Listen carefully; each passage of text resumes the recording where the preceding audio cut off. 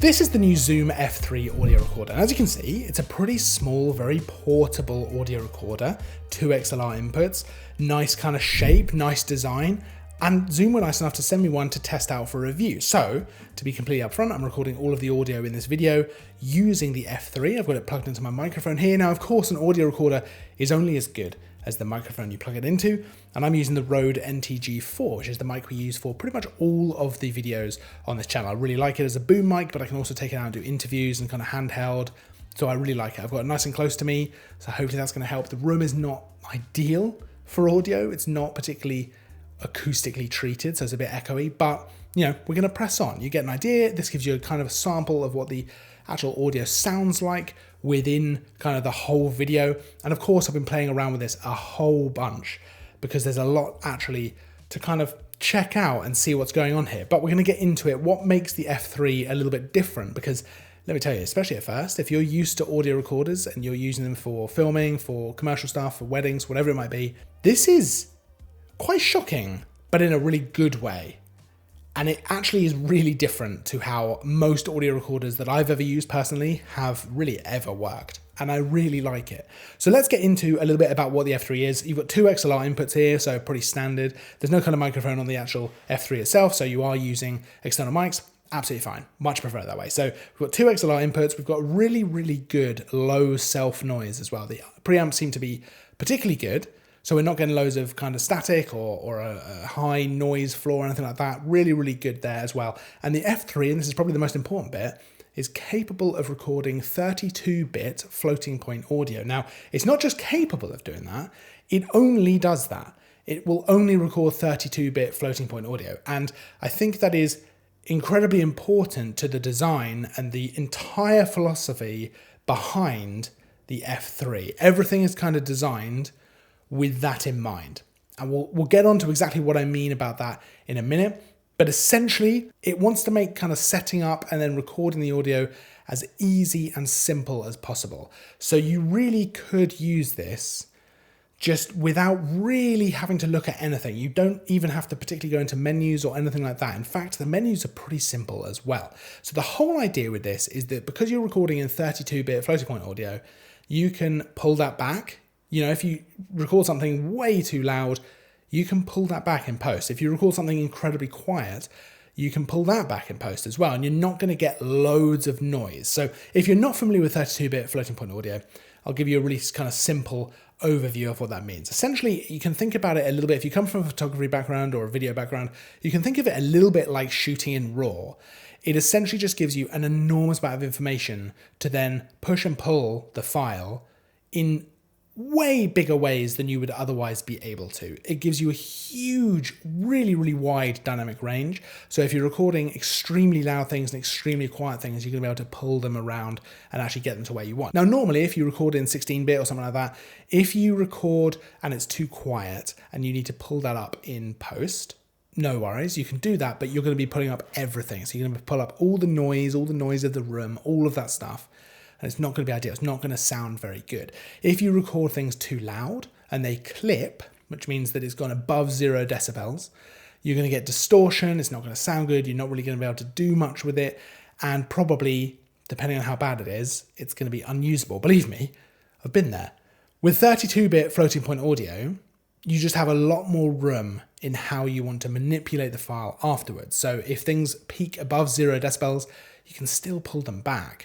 You can still pull things that are very, very quiet, so way too quiet. You can pull them back up without necessarily pulling all the noise with it and all that kind of stuff. So it's a very, very powerful way of recording audio, and it just allows you, first of all, a lot more room for error, which I get it. We should be setting things correctly anyway, but it doesn't happen all the time. And having that much bigger margin for problems is extremely helpful. And it also takes a lot of the hassle out of setting the perfect decibel reading for your input or your gain for when you're recording audio. So if you are out and about, because also sounds differ, right? So you set your decibel level, your gain, something happens that's really loud or something happens that's quieter or something changes and you need to react on the fly. Whereas with 32-bit floating point audio, it's much more forgiving, much, much easier to deal with in post. So that's essentially why that's so important. And that is important for me to explain as well, because it's so fundamental to everything about the F3. For example, there is no input level that you can change. There's no gain, which is super bizarre, to be honest, at first. But I get it, to be honest, because the whole idea is, because it's 32-bit, you don't really need to worry too much about it, because you can adjust it in any way that you want afterwards. Now, I say there's no gain, no input level. There is a little way where you can actually zoom in on the waveform. So if you actually look at the Zoom F3 itself, you've got two waveforms on the front, right? They start the second you turn it on. So it lets you know whether you're receiving an audio signal or not, which is really, really helpful. You turn it on, this is what you see straight away. Now, that waveform is, it's what you'd expect to see, but it's also kind of bizarre because there's no decibel level on it, which is not what you'd expect to see. But you can see a kind of visual representation of the sound that you're hearing. Now, you can zoom in on that waveform and zoom out. And as far as I can tell, that does affect the amplification. So that almost works a little bit like an input level or gain level. But otherwise, it's super, super simplistic to set up. You just zoom in or out to the waveform until it looks about the right size so you can actually view it properly. And then you go ahead and just hit record. Done. It's always going to be 32-bit. It's always going to be nice, high quality. It records sample rates of up to 192 kilohertz, which is great. And otherwise, that's kind of it. Now, what I love about that is it's incredibly simple. It's incredibly straightforward to get it set up and get it going. If you're a videographer who's doing commercial shoots, doing interviews, doing wedding videography, anything like that, this is so easy to use, and it is going to be so forgiving if something changes or you just set the wrong setting, not that you can set the setting. So if you were setting the setting on a previous model or on a different audio recorder, you might slightly get that wrong. This one is so forgiving and so easy to just get going and get that in the bag. And I really, really like that. Now, of course, it's also pretty small. So it's easy to, you could attach this to a boom pole, for example. You've got these little kind of rods here on the side, which you could pop something through there to attach it to a boom pole, something like that. It fits in the bag nice and easily. You've got two XLR inputs. You could even bring two with you if you need to set up more than two XLR inputs. Super, super easy to just carry around.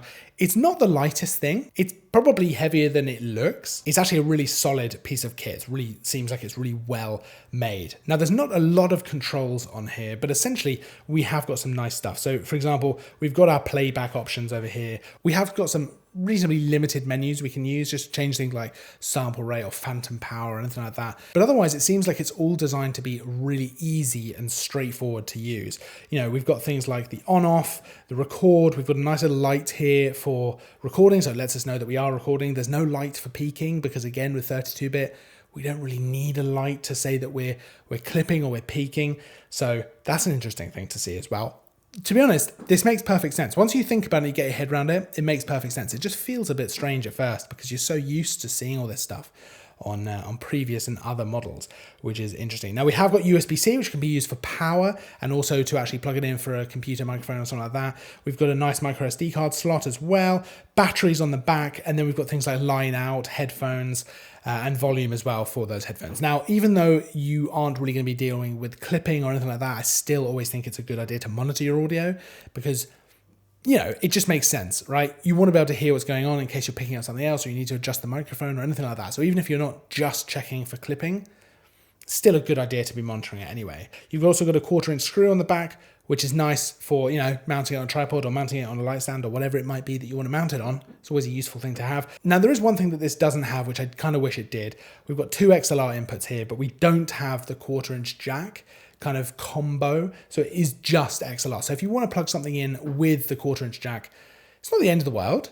It's not the end of the world at all, but you are going to have an XLR to 1/4-inch jack cable. That's fine, but I would love it. I think I get why.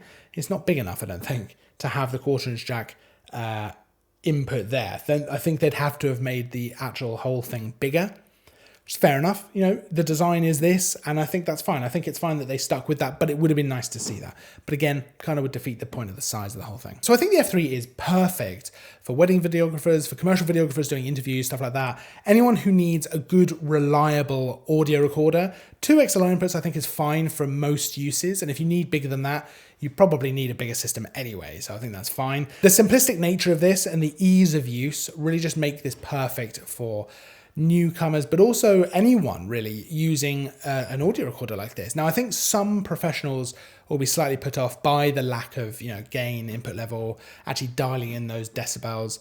But to be honest, with 32-bit floating point audio, I really think that they've nailed it, and I really like that they've really embraced that and just made that the whole philosophy of the F3. Now you can check out the F3 by following the link down in the description. I highly recommend that you do. Go check out the price, the full spec, all that kind of stuff. If you're interested in an audio recorder, this is a great option. I would absolutely love one of these. So, you know, maybe I'll even upgrade. Maybe I'll even go for one of these at some point in the near future. But of course, don't forget to like and subscribe as well if you enjoyed the content, because there's new reviews, tutorials, loads of stuff all the time. I'll see you in the next video, but until then, as always, thanks for watching.